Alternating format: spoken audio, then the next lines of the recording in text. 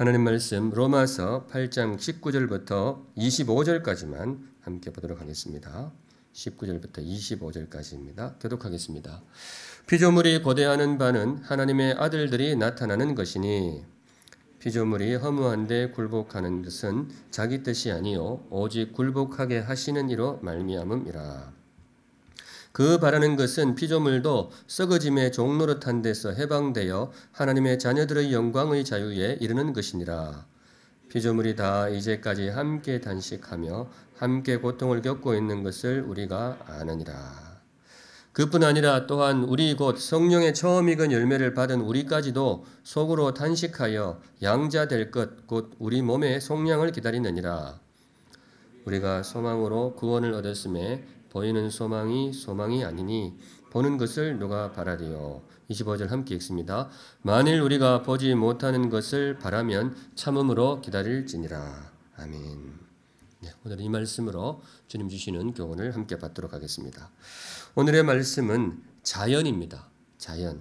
지금까지 우리가 로마서를 통해서 인간을 묵상하고 또 하나님을 묵상하고 또 하나님 우리에게 베푸시는 구원의 은혜들을 쭉 묵상해 왔는데요. 오늘은 조금 색다른 방향으로 나아가서 자연을 묵상하려고 합니다. 자연과 인간의 관계입니다. 우리의 삶에 있어서 자연이 차지하는 자리도 굉장히 크죠. 우리가 자연 속에서 살잖아요. 자연과 더불어서 자연의 일부인 듯이 그렇게 살아가고 있습니다.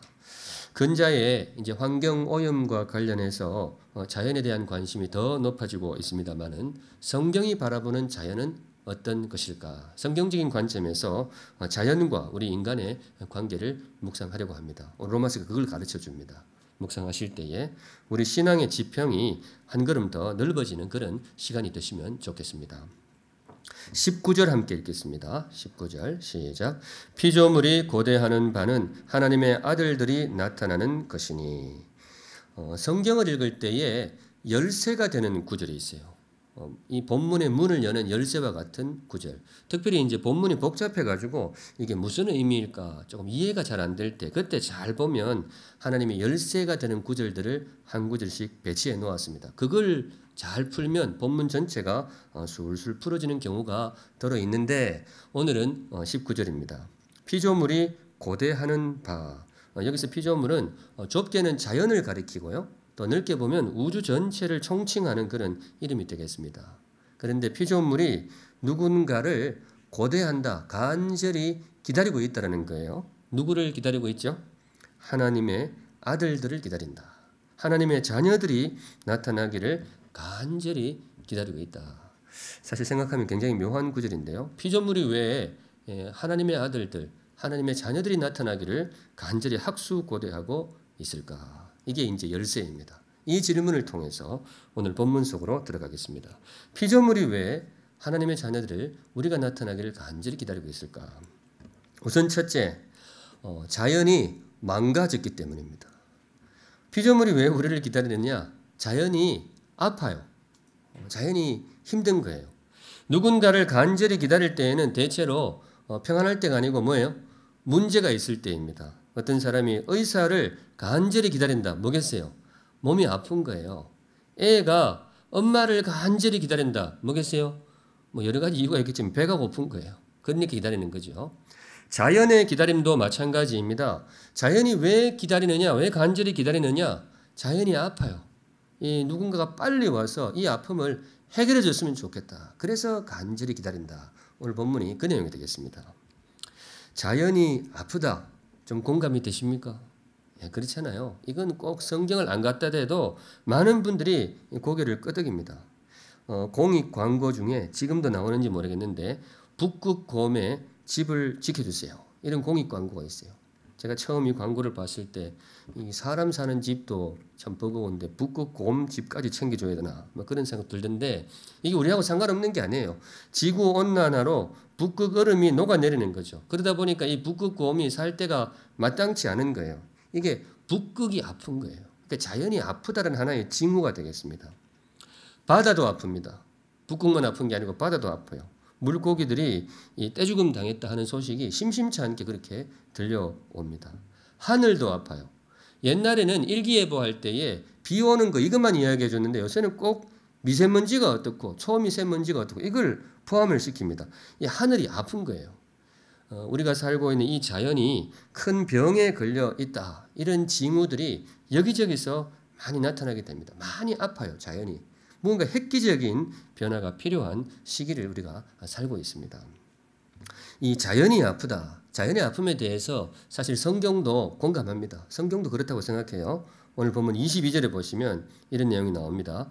피조물이 다 이제까지 함께 탄식하며 함께 고통을 겪고 있는 것을 우리가 아느니라. 탄식이라는 말도 쓰고 고통이라는 말도 써요. 자연이 탄식하고 자연이 고통을 겪고 있다는 거예요. 성경이 봐도 그런 거죠. 여기 이제 함께라는 단어가 나오는데 이게 누구와 함께 이런 뜻이 아닙니다. 여기서 함께는 뭔가 하면 전부라는 뜻이에요. 전부. 자연이 어느 한 부분만 특정 부분만 아픈 게 아니고 다 아파요. 하늘도 아프고 북극도 아프고 남극도 아프고 강도 아프고 숲도 아프고 다 그냥 아픈 거예요. 총체적으로 자연이 무언가 힘들어하고 고장이 나 있는 상태다. 그래서 이 부분적인 조치가 아니고 뭔가 총체적인 변화가 필요하다. 성경이 바라본 자연의 모습은 그렇습니다. 그래서 이 아픈 자연이, 아픈 피조물이 이 누군가를 기다리는 거예요. 누구를 기다려요? 하나님의 자녀들이 나타나기를 간절히 기다리고 있다. 그 말이 되겠습니다. 이제 바로 두 번째로 들어갑니다. 열쇠 구절이라고 했죠. 피조물이 우리를 간절히 기다린다고 했는데 그 이유가 무엇이냐? 이제 본격적으로 본문 속으로 들어가는데 두 번째 이유. 우리가 해결의 열쇠이기 때문입니다. 피조물이 하나님의 자녀인 우리를 간절히 기다리는 이유가 뭐라고요? 우리가 해결의 열쇠이기 때문에 그래요. 병자가 의사를 간절히 기다리는 것은 의사가 오면 해결이 되기 때문에 그렇습니다. 그걸 기대하기 때문에 그래요. 애가 엄마를 간절히 기다리는 것도 엄마 오면 먹을 수 있는 거예요. 이 배고픈 게 해결이 되는 거예요. 자연도 마찬가지라는 거죠. 피조물이 왜 하나님의 자녀들을 간절히 기다리고 있느냐? 거기에 해결책이 있기 때문에 하나님의 자녀들이 오면 우리가 오면 자연의 아픔이 치유될 것이라고 기대하기 때문에 간절히 기다린다. 오늘 본문이 그 내용이 되겠습니다. 근데 이 내용에 대해서는 약간 고개가 갸우뚱하죠. 우리가 자연 문제의 해결자다? 이건 사실 쉽게 공감되는 내용은 아닙니다. 이 세상의 일반적인 생각과는 오히려 정반대라고 할 수 있어요. 이 사실 많은 분들이 생각하기를 우리 인간은 자연 문제의 해결자보다 뭐예요? 오히려 문제 유발자예요. 자연이 왜 병들고 왜 자연이 왜 아프겠어요? 누구 때문에? 우리 때문이죠. 우리가 자연을 너무 못살게 군 거예요. 산업화 과정 속에서 또 여기저기 개발한다고 자연을 너무 아프고 힘들게 했어요. 그러니까 지금 자연이 힘들어하는 거예요. 그래서 많은 분들이 이야기하기를 우리 인간이 자연을 위해서 해줄 수 있는 최고의 봉사가 뭐냐? 인간이 자연을 위해서 정말로 자연이 건강할 수 있도록 해줄 수 있는 최고의 봉사가 뭐겠어요? 인간이 떠나는 것이다. 그게 최고다. 그렇게 생각하시는 분들이 많습니다. 그리고 근거가 없는 것도 아니에요. 그 증거들이 아주 우리 가까이에 많이 있습니다. 성도 여러분, 우리 지구별에서 가장 아름다운 자연이 한반도에 있습니다. 설마 하시는 분들도 있을 수 있는데요. 진짜입니다. 아마존보다 더 아름답고 정말 잘 보존된 자연이 우리가 사는 한반도에 있어요. 짐작하시는 곳이 있습니까? 네. DMZ, 비무장지대. 지난주가 우리 6.25 70주년이었죠. 다시는 이 땅에 그런 전쟁의 아픔이 없기를 바랍니다. 우리 성도 여러분, 나라를 위해서 많이 기도해 주시기 바랍니다. 지금은 여러 가지 상황 중에서 특별히 나라를 위한 기도가 많이 절실할 때입니다. 제가 언젠가 DMZ 영상을 한번 보았는데요. 그 다큐멘터리에 나온 적이 있거든요. 정말 아름다워요. 이 땅의 이 슬픈 역사를 아는지 모르는지 DMZ 내에 있는 이 물이 얼마나 맑은지 몰라요. 우리 탄천보다 몇 배로 맑아요. 물고기도 얼마나 이쁜지 몰라요. 꽃도 이쁘고 풀도 이쁘고 정말 이뻐요. 어떻게 된 일일까요? 어떻게 이 한반도에 그렇게 아름다운 자연이 그렇게 보존될 수 있었을까? 도대체 우리가 뭘 해준 거죠? 아무것도 해준 게 없어요. 우리가 해준 거라고 뭔가 하면 지난 70년 동안 근처에 안 간 거예요. 우리가 얼씬도 안 했어요. 그랬더니 어떻게 돼요? 자연이 그렇게 아름답게 변모가 되었습니다. 사실 이게 우리의 일반적인 경험인데 그런 의미에서 우리 인간은 자연 문제의 해결자가 아니고 자연 문제, 아픔의 유발자다. 이렇게 생각하는 것이 일반적인 세상의 경험이 그렇습니다. 그런데 성도 여러분, 경험을 믿지 말고 뭘 믿어요? 성경을 믿으세요. 성경의 생각은 좀 다릅니다. 성경의 생각은 뭔가 하면 아니다. 물론 우리가 일정 부분 유발한 것도 있지만은 우리는 자연 문제의 유발자가 아니고 자연 문제의 해결자다. 어디서 알 수 있는가 하면 오늘 본문에 피조물이 고대하는 바는 하나님의 아들들이 나타나는 것이니, 피조물이 간절하게 고대하는 게 있어요. 하나님의 아들들 우리가 나타났으면 좋겠다. 만일에 우리가 문제 유발자라면 피조물이 그렇게 하겠어요? 차라리 그렇게 하겠죠. 성경에 하면 이렇게 됐을 거예요. 우리가 문제 유발자라면 피조물이 고대하는 바는 인간이 떠나는 것이니, 인간이 종적을 감추는 것이니 그렇게 말했을 거 아니에요. 우리가 문제 유발자라면. 그런데 성경이 바라본 진실은 그것과 다릅니다. 피조물은 우리가 떠나기를 바라는 것이 아니고 우리가 진짜로 나타나기를, 주의 자녀들이 정말로 짠하고 나타나기를 간절히 기다리고 있다. 왜 그러느냐? 자연 회복의 열쇠가 우리에게 있기 때문에 그렇습니다. 우리가 해결자이기 때문에. 오늘 설교가 좀 따라오기 좀 버거우시죠? 뭔가 설명이 필요하겠죠? 세 번째로 넘어갑니다. 잘 따라오시면 좋겠습니다. 사실 지난 한 주 설교 준비하기가 어느 때보다 조금 힘들었어요. 이 논리 구조가 굉장히 좀 복잡합니다. 이제 거의 핵심으로 왔는데요. 피조물이 왜 주의 자녀인 우리가 나타나기를 간절히 고대하는가? 이게 핵심입니다. 하나님이 우리를 해결자로 세우셨기 때문입니다. 하나님이 그렇게 정하셨어요. 자연 문제의 해결자는 주의 자녀인 우리들이다. 그걸 피조세계가 알고 그래서 우리를 간절히 기다린다. 오늘 본문의 가르침이 그겁니다. 20절 함께 읽어보실게요. 20절 시작. 피조물이 허무한데 굴복하는 것은 자기 뜻이 아니요 오직 굴복하게 하시는 이로 말미암음이니라. 잘 보셔야 되는데요. 피조물이 허무한데 굴복한다. 피조물이 망가졌다는 거예요. 피조물이 아파요. 그런데 그렇게 된 것은 자기 뜻이 아니요. 자연이 그냥 지가 망가지고 싶어서 망가진 게 아니에요. 스스로 그렇게 된 것이 아니고 오직 굴복하게 하시는 이로 말미암음이니라. 누군가 망가지게 하시는 분이 있는데 그분 때문에 자연이 망가졌다는 거예요. 이 굴복하게 하시는 이게 누구를 가리킬까요? 모든 신학자들이 동의합니다. 문맥상 하나님이십니다. 하나님이 그렇게 하셨다는 거예요. 물론 단정적으로 하나님 망치 들고 여기저기 자연을 마구 그냥 망가뜨리셨다. 그렇게 읽기는 조금 무리가 있습니다. 그런데 분명한 것은 자연의 아픔, 자연의 망가짐 이 이면에 하나님의 의중이 들어있다는 것은 분명합니다. 하나님이 그렇게 허락하신 거예요. 하나님이 자연이 그렇게 망가지도록 내버려 두신 거예요.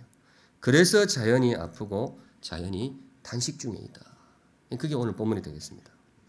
그렇다면 왜 하나님은 그렇게 자연이 잘 보존되게 하시지 왜 망가지게 하셨을까? 이 아름다운 자연이 왜 망가지게 하셨을까? 이유인즉 우리가 망가졌기 때문에 그렇습니다. 하나님이 자연이 망가지도록 그렇게 하셨다 그랬는데 이유가 뭐냐? 자연이 나빠서가 아니고 누가 망가져요?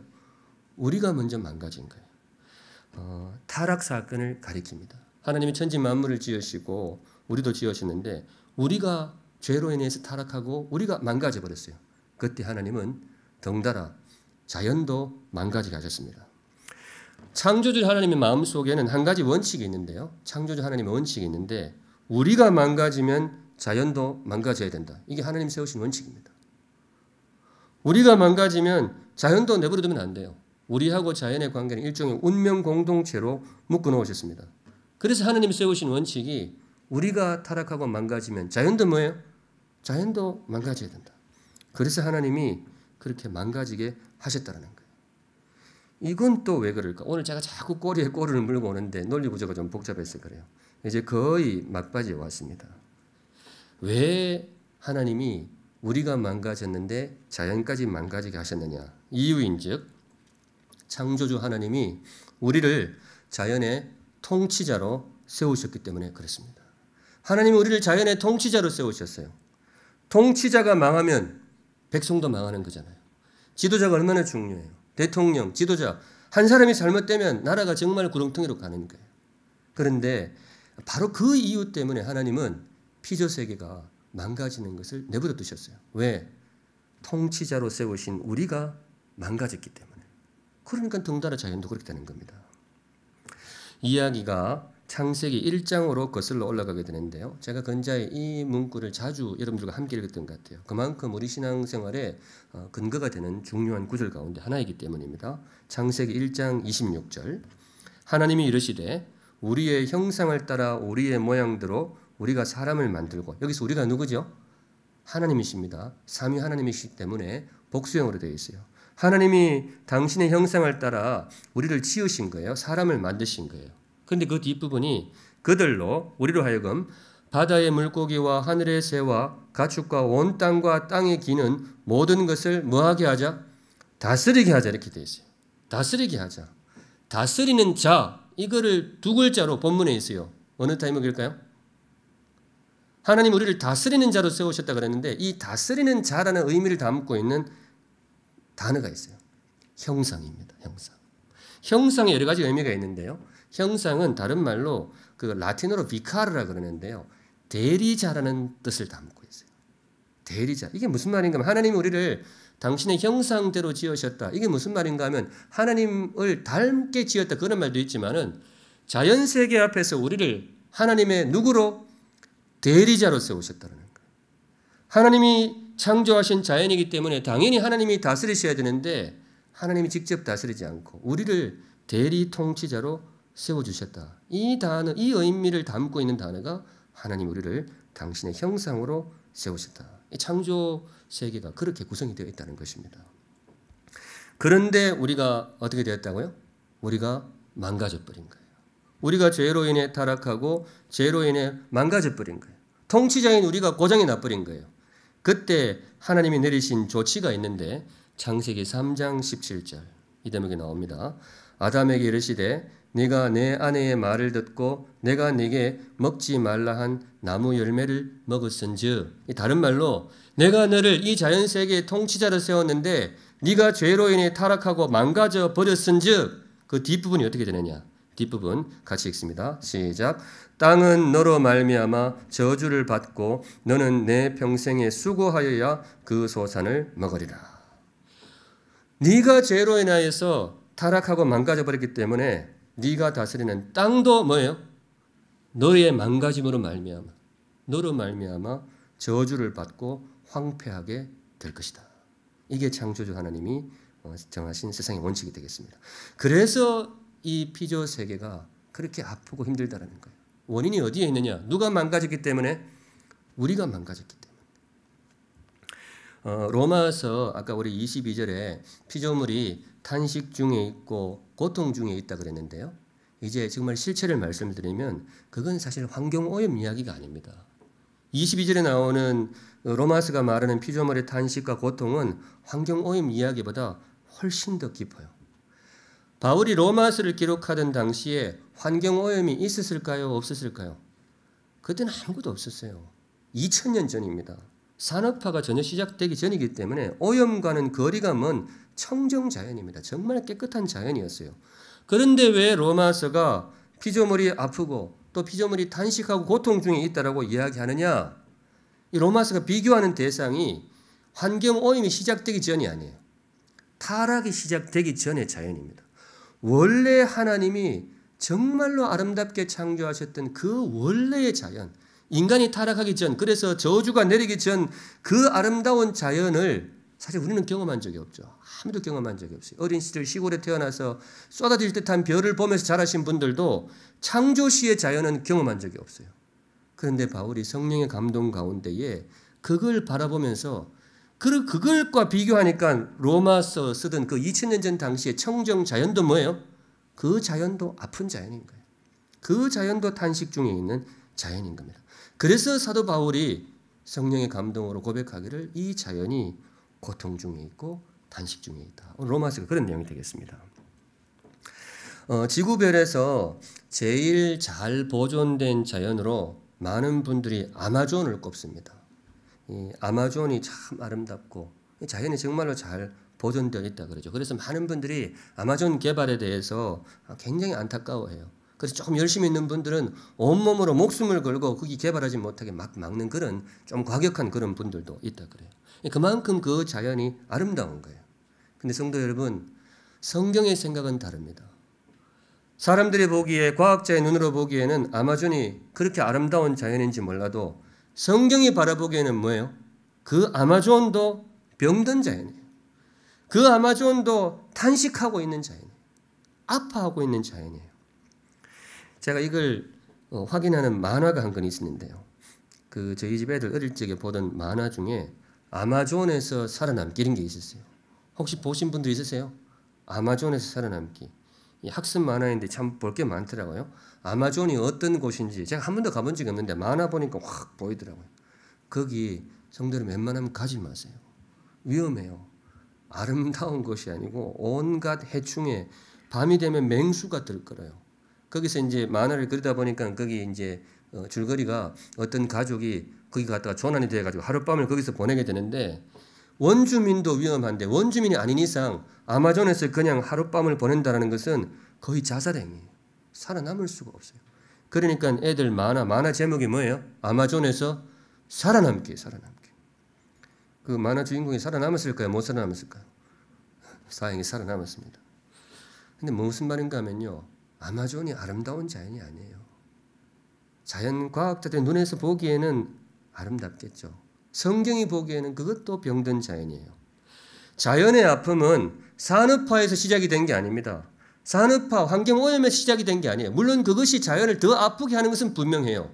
그런데 산업화 이전에도 이미 자연은 아파하고 있었어요. 이미 저주받은 땅이었고 이미 병든 자연이었어요. 그래서 로마서가 22절에 이 자연이 탄식 중에 있고 아파하고 있다. 그렇게 이야기하는 거예요. 정말로 자연이 회복이 되려면 단지 환경오염 걷어낸다고 되는 게 아니에요.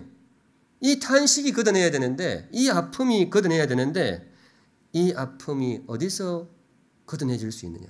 이 병든 자연이 어디서 회복이 될 수 있느냐. 다시 19절 들어갑니다. 피조물이 고대하는 바는 누가 나타나는 것이니? 하나님의 아들들, 하나님의 자녀들이 나타나는 것이니. 이 성경은 그렇게 바라보는 거예요.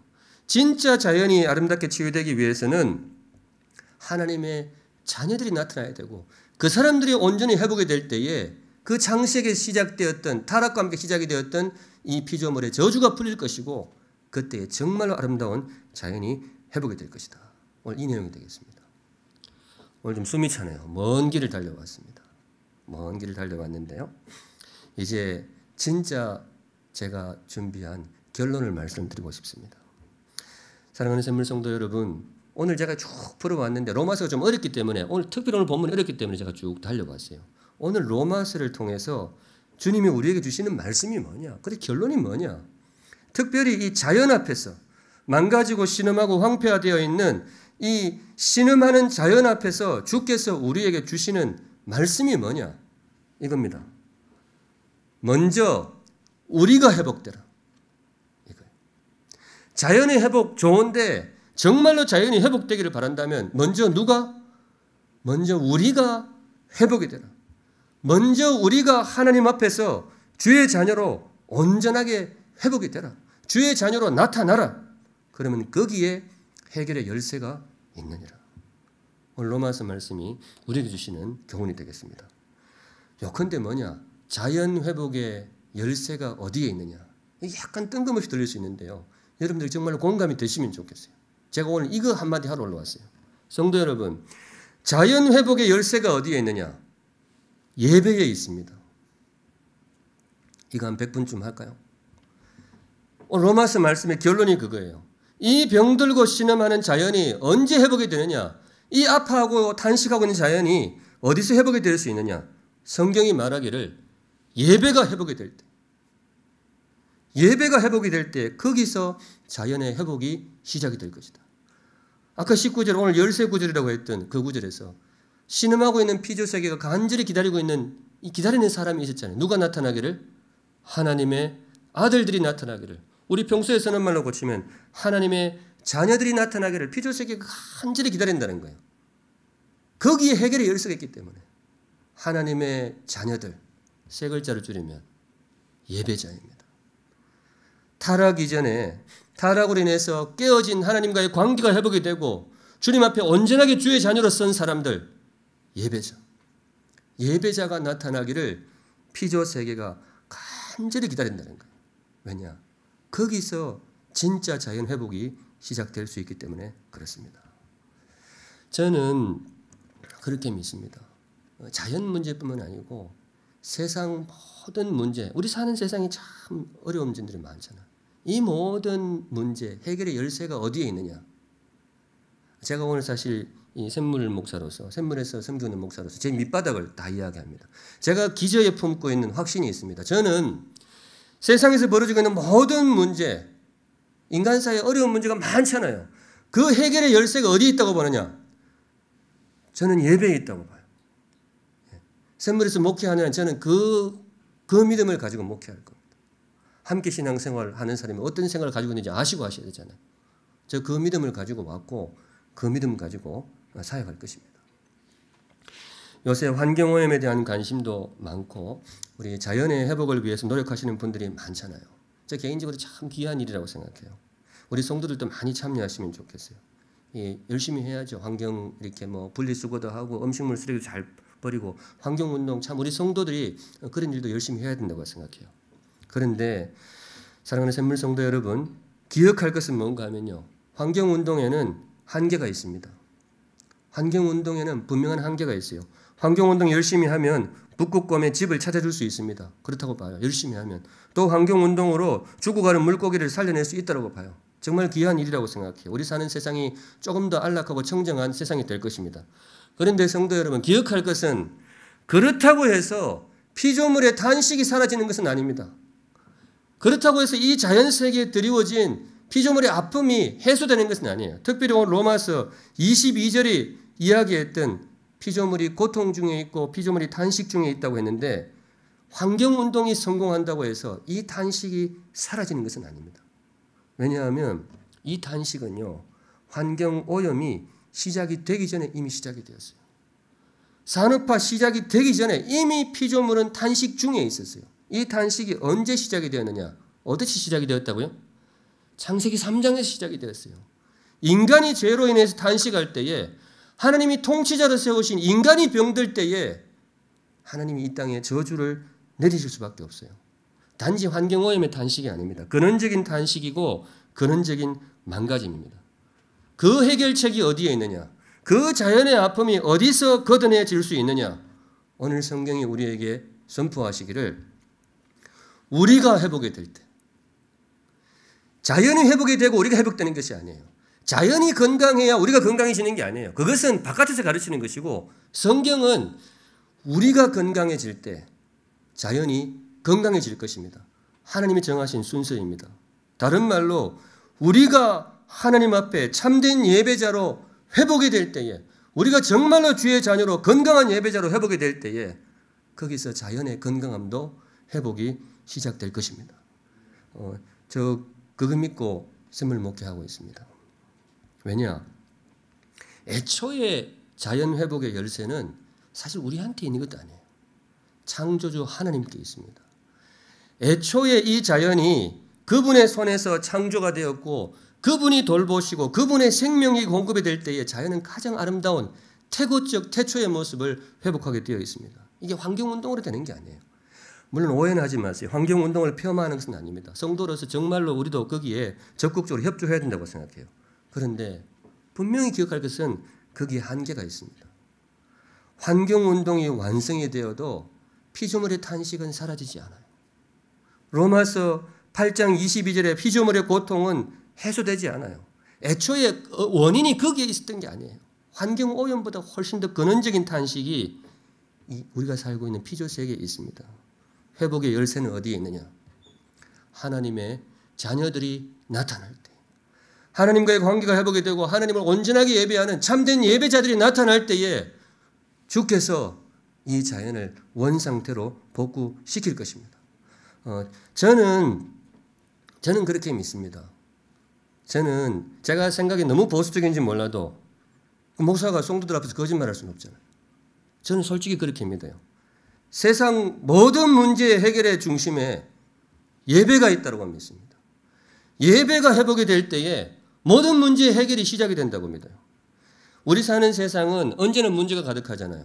우리 세상의 아픔이 21세기 시작된 게 아니잖아요.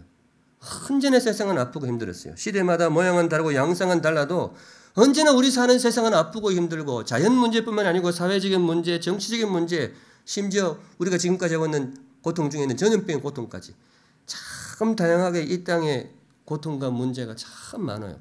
우리가 살고 있는 피조 세계가 병든 것은 분명합니다. 이게 도대체 해결이 되어야 되는데 해결의 열쇠가 어디에 있을까? 저는 예배에 있다고 믿습니다. 제가 읽은 성경은 그래요. 탁월한 리더가 나오는 것도 좋고 첨단 기술이 나오는 것도 좋아요. 그런데 근본적인 해결은 미봉책은 몰라도 진짜 근본적인 해결은 저는 그렇게 믿습니다. 예배에 있다고 믿습니다. 예배가 회복이 될 때에 모든 문제의 해결이 시작이 될 것이다. 그래서 성도 여러분, 저는 이 예배에 승부를 걸고 싶어요. 예배에 승부를 걸고 싶어요. 한 번뿐인 인생, 세상에 급소를 한번 터치해야 되는데 저는 성경을 아무리 봐도 예배가 급소예요. 예배가 승부처예요. 이게 회복이 될 때에 여기서 세상 모든 문제의 해결이 시작될 것이다. 저는 그렇게 믿습니다. 혹시 같은 믿음이시라면 함께 해주시면 좋겠어요. 저는 샘물에서 그거 하고 싶어요. 사실 저는 할 줄 아는 것도 없어요. 딴 거 할 줄도 몰라요. 배운 거라고는 설교하는 거라고 예배 인도하는 것밖에 안 배웠어요. 다른 건 잘 못해요. 그런데 후회는 없어요. 왜냐? 아무리 성경을 읽어도 그게 승부처예요. 그게 열쇠예요. 거기서 모든 문제 해결의 실마리가 있는 거예요. 저는 그래서 샘물에서 정말 예배를 드리고 싶어요. 정말 참된 예배를 여러분들과 함께 경험하고 여러분들에게 선물하고 싶어요. 같은 믿음이시라면 마음을 보태주시면 좋겠어요. 예배가 회복이 될 때에 우리 사는 세상이 어떻게 변할 것인가? 구약시대 이사야 선지자가 이렇게 노래했어요.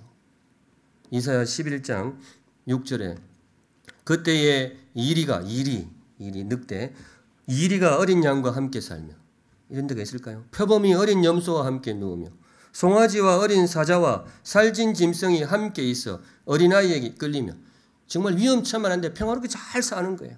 맹수하고. 그 다음 구절 보시면 젖먹는 아이가 독사의 구멍에서 장난하며 젖된 어린아이가 독사의 굴에 손을 넣을 것이니라. 이게 무슨 그림인가 하면 애가 철없이 가는데 코브라가 이렇게 있는 거예요. 근데 애가 귀여우니까 코브라 머리를 쓰다듬는 거예요. 어떻게 되겠어요? 큰일 나죠. 그런데 이상하게 이 동네에서는 아무 일이 없어요. 그냥 코브라가 애가 치니까 그래 이러고 있는 거예요. 제가 언젠가 이거 본문 가지고 설교하면서 설교 제목을 이상한 동물은 제가 그렇게 지었어요. 이상한 동물. 이상하잖아요. 그런데 이상하도록 아름다운 거예요. 정말 기이하도록 평화로운 거예요. 정말 아름다운 자연. 이건 단지 미세먼지가 사라진 그런 자연이 아니에요. 단지 환경오염이 사라진 그런 자연이 아닙니다. 완전한 평화, 완전한 샬롬, 온전한 평화가 이르는 정말로 아름답다는 말조차도 민망할 정도의 하나님이 원래 창조하신 세상이 이런 세상이었다는 거예요. 아무런 해가 없어요. 그런데 이 아름다운 자연이 어떻게 가능할까? 이런 아름다운 자연이 어디서 시작이 될 수 있을까? 이사야 선지자가 해답을 9절에다 적어 놓았습니다. 9절 우리 마음에 새겨내면서 같이 읽습니다. 시작. 내 거룩한 산 모든 곳에서 해됨도 없고 상함도 없을 것이니 이는 물이 바다를 덮음같이 여호와를 아는 지식이 세상에 충만할 것입니다. 이 아름다운 샬롬의 자연이 어디서 가능해지느냐? 어디서 이렇게 시작이 되느냐? 여호와를 아는 지식이 온 땅에 충만할 때, 하나님을 아는 지식이 온 땅에 충만하고 그분을 향한 예배가 온전히 회복이 될 때에 그때 비로소 이 아름다운 세상이 시작될 것이다. 이사야의 선포였고 저는 이분의 말을 신뢰합니다. 저는 그렇게 믿습니다. 저는 그렇게 생각해요. 그리스도인들이 세상을 향해서 섬기고 봉사해야 되는데 우리 성도들 정말 열심히 하시는 것 같아요. 열심히 해주세요. 그런데 세상을 향한 최고의 섬김이 뭐냐? 이 병든 세상을 향한 최고의 봉사가 뭐냐? 저는 그렇게 믿어요. 예배자로 쓰는 것. 하나님 앞에 온전한 예배자로 쓰는 것. 바로 그때에 하나님이 이 병든 세상을 온전하게 회복시켜 주실 것이다. 저는 그렇게 믿습니다. 같은 믿음이시라면 함께 힘을 보태주시면 좋겠습니다. 우리 샘물에 정말로 예배가 임하기를 소망합니다. 말씀 정리합니다. 오늘의 말씀, 주님께서 우리에게 주신 말씀, 자연이 우리를 기다리는 이유. 자연만 기다리는 게 아니에요. 대표로 그냥 자연이라고 했지 이 세상에 뒤틀린 게 얼마나 많아요. 사회적으로 정치적으로 병든 부분이 너무 많아요. 다 누구를 기다리느냐? 우리를 기다리는 거예요. 사회도 우리를 기다린다고 생각해요. 왜냐? 아무것도 아닌 것 같은데 해결의 열쇠가 우리 안에 있어요. 내 안에 무슨 그런 능력이 있느냐? 내 안에 무슨 이 세상 모든 문제를 해결할 무슨 재주가 있느냐? 그렇지는 않아요. 모든 재주는 하나님께 있습니다. 그런데 우리가 그 통로가 되라는 거예요. 주님 앞에 우리가 온전한 예배자로 설 때, 참된 예배자로 설 때에 주께서 이 병든 세상의 치유를 시작하실 것입니다. 그런 의미에서 사랑하는 샘물 성도 여러분, 저와 여러분 참된 예배자가 될 수 있기를 바랍니다. 나 자신을 위해서도 내 영혼을 위해서도 그렇지만은 우리가 살고 있는 이 땅을 위해서도 참된 예배자로서는 정말 복된 샘물 성도들 되시기를 우리 주님의 이름으로 축원드립니다. 아멘. 설교하고 나서 이런 거 물으면 정말 곤란한데 공감이 되십니까? 네, 그러시면 찬양하겠습니다. 아무도 예배하지 않는. 거룩하신 하나님 아버지 주신 말씀 마음에 새깁니다. 예배자가 되기를 소망하고 또 참된 예배자가 되기를 결단합니다. 주님, 이 땅에서 주님이 찾으시는 예배자, 주께서 찾으실 때 우리 샘물에서도 주님이 귀한 예배자를 찾아주시고 발견하여 주시옵소서. 주께서 이 땅에 정말 회복의 열쇠가 되는 예배를 선물하실 때 이곳 우리 샘물교회에도 주님 귀한 예배를 선물하여 주시옵소서. 어느 곳에 있든지 샘물 성도들이 귀한 예배자로 서게 하여 주시옵소서. 예배를 통하여서 회복의 기쁨을 맛보게 하시고 주님의 역사를 체험하는 복된 예배자가 되게 하여 주시옵소서. 거룩하신 하나님, 오늘도 성도들 귀한 헌물 하나님께 올려드립니다. 기쁘게 받아 주시옵소서. 고백의 헌물, 또 감사의 헌물, 마음의 소원을 담은 간구의 헌물도 있습니다. 세밀하게 살펴보시고 주님 우리 샘물 성도들을 가장 복되고 존귀하고 선한 길로 인도하여 주시옵소서. 질병과 싸움을 벌이고 우리 성도들에게 승리할 수 있도록 건강을 더하여 주시옵소서. 경제적인 어려움과 재정적인 문제로 고통받는 성도들에게 헤쳐나갈 수 있는 힘과 지혜를 주시고 취업과 여러 가지 삶의 진로를 두고 고민하는 우리 청년들에게 주님 이번 한 주간도 더욱 힘있게 역사하시고 인도하여 주시옵소서. 지금은 우리 구주 예수 그리스도의 은혜와 하나님 아버지의 그 크신 사랑과 지금 우리와 함께 하시는 성령 하나님의 임재하시고 인도하심이 각자의 자리에서 가장 뜨거운 마음으로 하나님을 예배하는 샘물의 모든 예배자들 머리 위에 이제부터 영원까지 항상 함께 계실지어다. 아멘.